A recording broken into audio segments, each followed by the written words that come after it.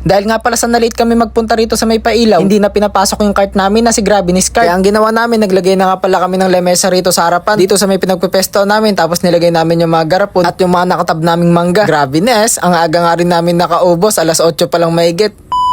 Bago ang lahat guys, ito na nga pala yung pagkatapos ko magpagawa ng minivan. Pagkatapos ko nga magpagawa ng minivan, dinaanan ko na nga rin pala sila sa may pwesto, sa may tulay, para magakot ng mga gamit, para nga pala makapaglipat na rin dito sa may pailaw. Makakasama ko ngayon dito nagakot, si Marian nga pala, tapos si Aisa, tapos si Brian. Bali dito na nga rin pala namin binaba yung mga gamit namin. Si Gravinis cart kukunin na nga pala muna sa may bahay. Sobrang late na nga rin kami sa may pagpunta rito. Kaso guys, sa sobrang traffic nga si Gravinis cart habang dinadala rito ay na-traffic na. Kaya yun, na-late nga ng isang oras, hindi na pinapasok. Ang sabi nga, late na nga daw kasi yung pagpunta. Kaya ang ginawa na lang namin, ito nga pala, gumamit na nga lang pala kami ng lamesa at dumating na nga rin pala yung mga order kong mangga. Dito nga sa likod, dito nga palang si Aisa, yung kapatid ko, nagbabalot na nga pala muna, tapos ako naman yung naghihiwa. Maya nga guys, nadaan nga pala yung tropa natin ditong si Angelo. Bali ang tinda lang namin ngayon guys, yung mga naka-stick nga palang mangga, tapos mga nakatab. Bali ngayon nga guys, wala kaming panindang mga per kilo. Dahil yung dumating na mangga namin, napaka-kaunti lang. Mahirap talaga ang panahon ng mangga ngayon. Lalong-lalo na nagsusunod-sunod pa yung mga bagyo. Sobrang nga ako naninibago sa may setup ng aming pagtitinda ngayon. Aba, ewan ko ba ang pakiramdam ko rito, bakit parang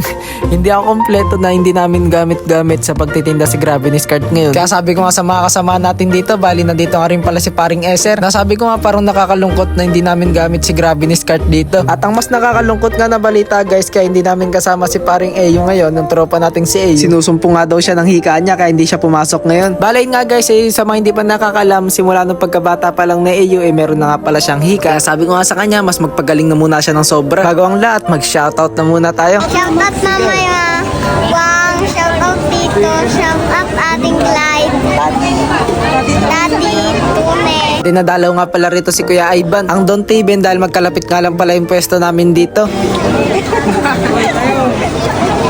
Grabe guys, maraming salamat po sa mga nakakilala sa akin dito. Maraming salamat po, lalo na sa may iba pang mga dumayo. Dahil nga sa may late na rin yung pagdating ng mangga dito, at late na nga rin kami sa may pagbabalat at paghihiwa. Ito kaya tuloy-tuloy kami maghihiwa at nagbabalat. Wala nang hintuto hanggang sa maubos na. Next naman Gravinis. Then maya lang guys, ito na nga pala guys, ubos na yung aming mga paninda. Ito, nagliligpit na kami ng mga gamit namin. At time check nga pala guys, ito nga pala 8:47 pa lang guys, naubos na. Then ito nga guys, napakarami pa rin namamasyal dito sa pailaw. Habang nandito pa lang kami sa pwesto, ito nga pala guys, papabain na nga pala muna namin tong pancake. Itong pancake nga pala na to guys, galing nga pala to kay Kuya Ram. Grab guys, napaka-solid ng mga pancake ni Kuya Ram. Yung favorite ko nga ron yung Nutella. Tapos yung nga pala maya nag-send nga pala na itong nasa may hospital naman na bigla. Then nga, sabi namin pupunta kami ron. Kaso sabi niya ipauwi na rin daw sila. Kaya ang ginawa namin, kinabukasan nga ng gabi, pumunta kami ron sa kanila. Tapos bago kami pumunta sa kanila, ito, bumili na nga pala muna kami ng Jollibee. Mukhang okay naman na siya. Pagaling ka na mabuti man. Bali, hanggang dito na muna itong video natin na to guys. Maraming salamat sa inyong pagsama. Next naman, di ba?